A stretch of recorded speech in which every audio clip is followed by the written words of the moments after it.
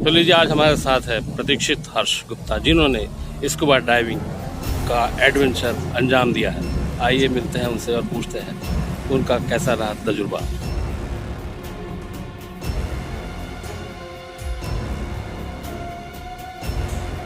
पहले हमारा slot book करा गया, तो वो डिपेंड करता है कि आप किस टाइम पहुंचते हैं वहाँ पे सी टाइप क्लब में। तो हाँ, हमने वहाँ पे 5 o'clock में अपना स्लॉट बुक करवाया था। How do you feel? बढ़िया लग रहा है, अब एक्सपीरियंस बढ़िया करने वाले हैं। तो हमने फिर ड्रेस वेस चेंजेस करे और फिर उसके बाद हमें फिर पानी में ट्रेनिंग करवाई गई। इसमें क्या करवाया गया कि आपको बताया गया क्या करना चाहिए, क्या नहीं करना चाहिए और कैसे करना चाहिए।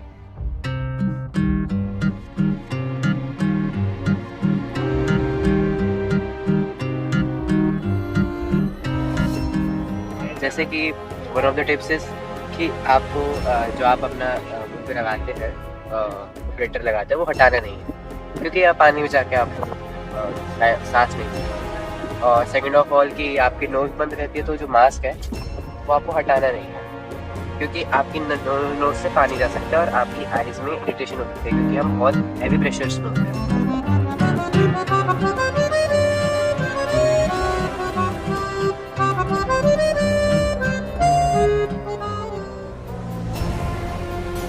और वो आपको बहुत सारे साइन सिखाते हैं कि क्योंकि हम कम्युनिकेट तो कर नहीं सकते पानी के अंदर, तो बताते हैं कि दिस इज ओके साइन, कि everything is okay and something is problem, तो ऐसे करना होता है। ऐसे करके बहुत तरह के साइंस होते हैं जो बताते हैं, काफ़ी अच्छा बताया गया, काफ़ी अच्छा बताया।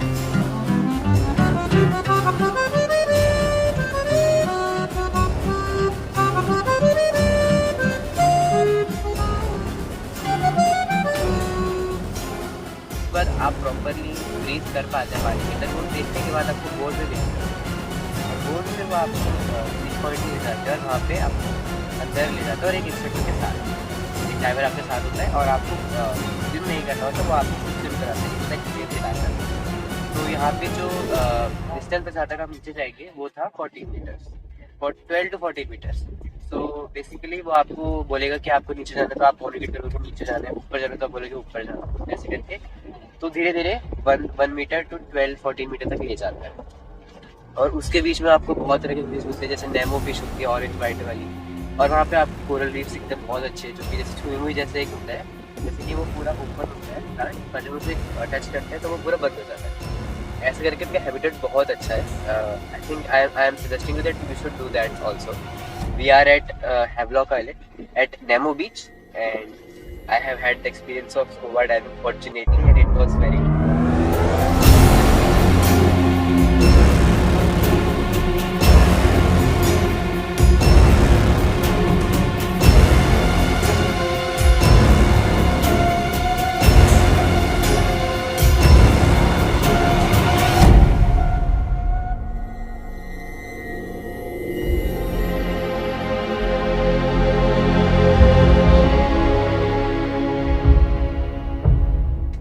आपको इसमें मुश्किलें क्या क्या आई थी, जरा बताएंगे? हाँ जी, तो सबसे पहले मुश्किल तो ये थी कि जब मतलब पहले मेरा ट्रेनिंग अच्छा चला गया, मैं बोट के अंदर में पानी के अंदर भी चला गया, पर बीच में मेरी कॉन्शियसनेस थोड़ी कम हो गई थी। मेरे को लगा कि मेरे को नाक से सांस लेनी चाहिए, बट नाक से सांस मैं ले नहीं पा रहा था क्योंकि मेरे अंदर मास्क लगा हुआ था। तो मेरे को लगा, मेरे माइंड कह रहा है कि मैं कैसे सांस लूँ। फिर मेरी कॉन्शियसनेस थोड़ी बढ़ी तो पता चला अच्छा मुझे मुंह से सांस लेनी थी। तो ऐसे करके बहुत लोगों को प्रॉब्लम्स आती है, जो कि मुझे और लोगों ने भी बताई थी कि उनके कान में दर्द हो रहा था, ये वो। तो इस तरह से ड्राइवर ने उनको बताया कि ऐसे कान से प्रेशर हटाना ताकि आपको दिक्कत ना होए और हम कंफर्टेबली एक्सपीरियंस कर पाए। इसमें चश्मे का क्या रोल है आंखों में? चश्मे का बेसिकली यही रोल है कि आपको पानी के अंदर अच्छे से दिख पाए, क्योंकि हमारी आईज उसके लिए ट्रेन नहीं है कि आप पानी के अंदर अच्छे से देख पाए। और बहुत अच्छा एक्सपीरियंस आता है उनके चश्मे की हेल्प से, क्योंकि वो बिल्कुल ट्रांसपेरेंट होता है, पानी चला भी जाता तो निकलवा सकते हैं। लाइक सिलेंडर कितना वजनी होता है? लगता तो बहुत सिलेंडर एक्चुअली 15 kg का होता है, पर उसमें ऑक्सीजन कितनी होती है मुझे एग्जैक्टली नॉलेज नहीं है, पर जब पानी के अंदर जाते तो वो बिल्कुल लगता नहीं है कि उसका वेट है। अच्छा, और इसमें आपके साथियों का क्या हाल रहा? हाँ, हमारे साथियों में हमारे मतलब काफी लोग थे, कपल्स भी थे और अलग से भी आए थे। उनका काफी अच्छा एक्सपीरियंस रहा, सबका ऑलमोस्ट अच्छा ही रहा। जो डरते भी थे उनका तो और अच्छा एक्सपीरियंस गया। तो आपको तो तैरना भी आता था?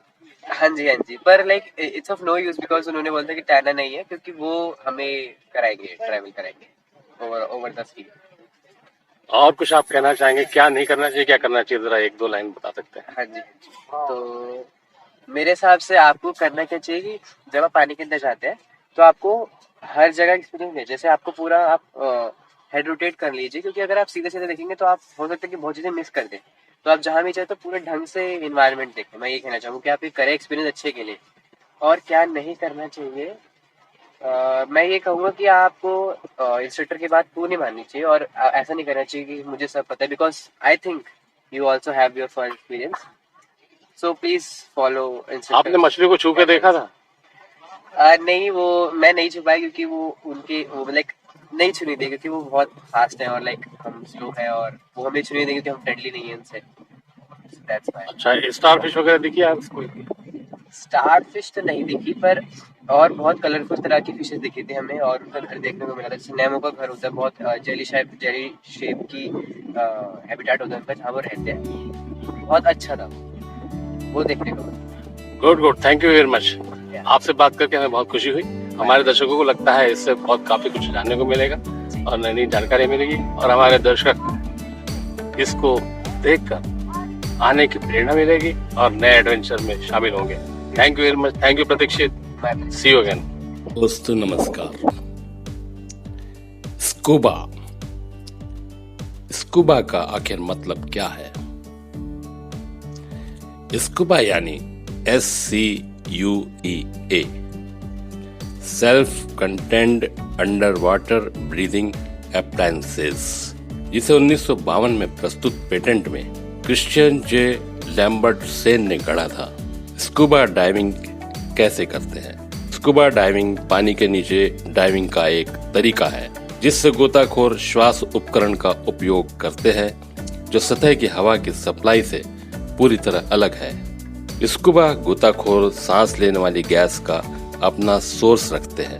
सतह से मिलने वाली हवा के साथ गोता लगाने वाले के मुकाबले ये संपीड़ित हवा स्कूबा डाइवर को ज्यादा आजादी और हरकत करने का मौका देती है और पानी के नीचे उन गोताखोरों से ज्यादा समय बिताने की ताकत देती है। आपको पता है कितने खतरे हैं इसमें? सबसे खतरनाक चीज जो हो सकती है वह है घबराहट, चाहे आप नौसिखिया हो या अनुभवी गोताखोर। अगर आप घबराते हैं तो जान से हाथ धो सकते हैं। दिल के दौरे जैसे खतरे की क्या कहें। सबसे खतरनाक होता है सांस को छोड़े बिना आप अगर गहराई से सतह की ओर बदहवासी में तेजी से उठते हैं। इससे उल्टा भी खतरनाक हो सकता है, यानी जब आप फेफड़ों में बहुत कम हवा के साथ गहराई में उतरते हैं। दोनों चीजें जानलेवा हो सकती है। इसमें सारा खेल किस बात का है? स्कूबा डाइविंग करते समय आप कंप्रेस्ड संपीड़ित हवा में सांस ले रहे होते हैं जो परिवेश के दबाव में मिलती है, और आप और मैं समुद्र तट पर 1 ATA वातावरण में सांस ले रहे हैं। स्कूबा डाइविंग में गहराई में बढ़ने के साथ ये 1 ATA एटमॉस्फेयर पैमाना बढ़ता जाता है।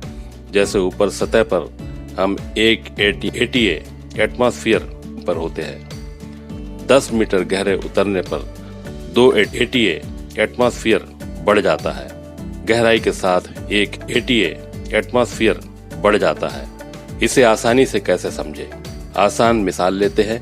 एक गुब्बारे को सॉकर बॉल माने। अगर हम इस गुब्बारे को पानी में ले जाए और नीचे उतरे तो जैसे जैसे हम गहरे जाते जाएंगे पानी का दबाव इस गुब्बारे को हमारी गहराई के हिसाब से छोटा और छोटा करता जाएगा। इसी तरह जैसे जैसे हम चढ़ना शुरू करते हैं यह गुब्बारा फैलता जाएगा, अंत में सतह पर अपने मूल आकार में वापस आ जाएगा। अगर हम सतह पर कुदरती हवा की सांस लेते हैं, 30 मीटर तक गहरे उतरते हैं, फिर सतह पर वापस आ जाते हैं तो कोई बड़ी बात नहीं है। एक फ्री डाइवर ऐसा ही करता है। लेकिन स्कूबा डाइवर के खतरे देखें। एक स्कूबा टैंक स्कूबा डाइवर को एटमॉस्फेयर के दबाव में गैस पहुंचा है, मगर खतरा कहाँ है?